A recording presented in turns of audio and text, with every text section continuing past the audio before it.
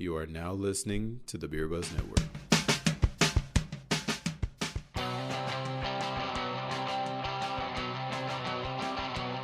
Welcome to Craft Beer 102, presented by Beer Buzz. We are the Cliff Notes for beer. Welcome to another episode. This episode is about browns.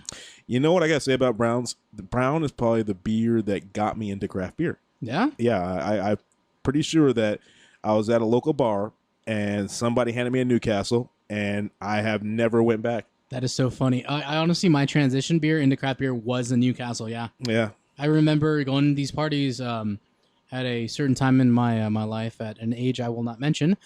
17, sir. And I remember going to parties and, you know, I'd buy a 12-pack of Newcastle and everybody would be like, wow, this guy has some amazing beer. Now we're older and we understand. You know, and the thing, you know what, though? Newcastle, back in the 1900s, 1927, they really were the flagship for the brown ale. They're the ones that kind of brought the brown ale to everybody's kind of visibility, because the big thing, especially in England, were like porters and stouts. So you have to give Newcastle their dues, you know? I still like it to this day, even though it's a skunky brown, so. It's like clear bottle, man. That's what ends up happening. Hey, it's not my fault they want to be cheap and not get a brown bottle. Uncle Jason, can you tell me more about brown ales? Yeah, actually, I can. All right, so let's shoot in some history about brown ales. Yay, history! So brown ales, classified under judging guidelines, are actually separated in different categories. There's Northern English browns, there's Southern English browns, and then, I mean, the beers we kind of drink technically are just American brown ales. America, yeah. America. So Northern English browns, they tend to be lighter in color, lightly hopped. You get a slight caramel and sweetness to it. IBUs are usually between 20 and 30. SRM is usually between 12 and 22. We did talk about SRM and IBU. Again, IBU, International Bittering Unit, how hoppy the beer is. SRM is going to be your color to the beer. It's like the paint swatch at Home Depot. Yeah. That's what an SRM is. You look at the paint swatch. You find the right color. You're like, I want my walls Newcastle brown. You know what? I'm going to create an entire painting catalog of beer colors. Everybody remember, go to beerbuzz.com to find your catalog of beer colors to paint your house. We will be taking lots of money from you after you pay us. That's right. Go to beerbuzz.com today. And then there's also Southern English browns. They usually actually, a lot of the times, are darker than Northern English browns. They tend to be lower in hops, and they actually have big malty backbones. You know, their IBUs 12 to 20, SRM 19 to 35. They can be really dark. Solid beers. Okay, what about a beer I'm having in front of me? What would you consider the hazelnut brown nectar from Rogue? That right there. I mean, it has nutty tendencies. It's going to be a little bit darker, so you would get the Southern English brown from it, but that has to be an American brown ale. America. I mean, that is a solid beer. That's the hazelnut goodness, isn't that? That is the hazelnut goodness. This is the beer I found when I used to first start drinking beer. Browns were my go-to beer. And this is the one I think is a pinnacle of browns. There's two browns. Pinnacle. Yeah, pinnacle, Ephesus, Apex. Apex. Come on, thesaurus. Give me some more words. I brought two beers with me. I brought Rogue Hazelnut Brown Nectar, and I really think this is the one beer that people really should try no matter what. It's won award after an award, and Rogue makes this beautiful colored brown with a lovely hazelnut aftertaste, and it comes in so smooth. The best thing I can say about this beer, honestly, is that it's a beer everybody can drink and be impressed about how good it is. Impressed about that apex, that distance, the elevation, eminence, the loftiness, the peak, the summit. You're cheating, aren't you? I am. Okay. And the other beer I brought is from Golden Road Brewery. Okay, Golden Road, right up the way. Yeah, what's up, Meg? How you doing, girl? How you doing? If you guys didn't know, Golden Road is one of the few breweries with a female owner, Meg. Hey, Meg, how you doing? I'm Bernard. Right. You can call me a little time. Come CB. We'll handle this. And they have this wonderful brown beer called Get Up Off That Brown. You know, what I think about Get Up Off That Brown, since it comes in a can, it's one of the better browns you can find because there's no light damage whatsoever.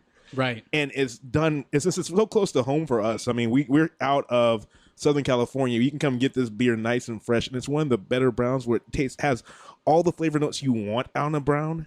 Really malty, not hoppy at all, and it's just really smooth and easy to drink, and it's one of my favorite beers to buy. So for me on the Brown episode, since I started off, this is the beer that got me into craft beer.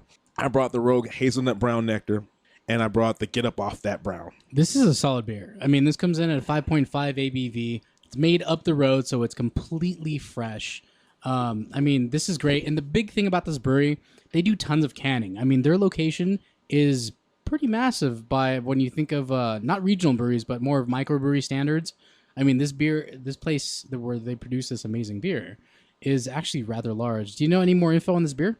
They don't have much on the website. Okay. But I do have some info on the Rogue because you reminded me of it. And what I can tell you is it has a 33 IBU, and it is a beautiful, lovely tasting beer. And I prefer you drink it a little warm, so you can get all the hazelnut flavor coming out a lot stronger than normal.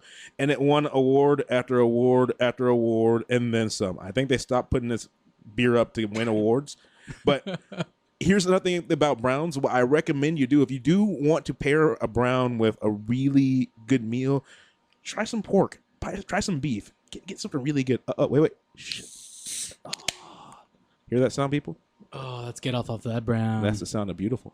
That's the sound of a fresh can of beer being opened and poured into the mic and going to be consumed quite quickly. It was actually pretty nice. It was pretty nice. I gotta get up off of that brown. Is what I gotta do.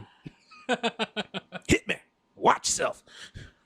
That is a good. It's a great brown. It's a great brown. Yeah, if you guys are ever in the location out there, definitely stop by. They have a really, really good array of beers there, and a lot of beers you can only get there. So it's and a legit. lot of good food too. Oh my gosh! And they have a dog bay. You can bring your dog to the brewery and actually relax, have some food, have some beer. It's pretty cool. It's a beautiful thing. So what did you bring, Uncle Jason? I brought the one and only Left Coast Downtown Brown. Predictable. Right. Okay. Here's the thing. When I'm kind of hanging back and I just want to have a solid beer, Lost Coast, they make some good beers. For a brown, that Downtown Brown makes me want to go downtown and get a brown. It's a solid beer, man. Comes in at 5% ABV. It's an American brown ale, full-bodied brown, some caramel sweetness. Solid beer, bro. Solid beer. I want to get up off of that brown and go downtown. How you like that? You see what I did there? Go downtown to the Rogue. I'll go downtown to the Rogue. And meet him. Yeah, say hi. Okay. I don't want to spit up on your mic. So Cousin Jason, you have a fun fact for us this time? You know what? I do have a fun fact, actually. What a coincidence. I know. Beer fun fact here. To minimize oxidation and to reduce contamination from the cap, store your bottles upright and not on the side. You're talking about when they're full, right? Not when they're empty, because that's the only bottles I have. Well, hey, if they're empty, you might want to reduce oxidation too and add more beer into the bottle. I think that's illegal due to the dram laws for bartending. Oh. Well, I'm thinking about homebrewer laws.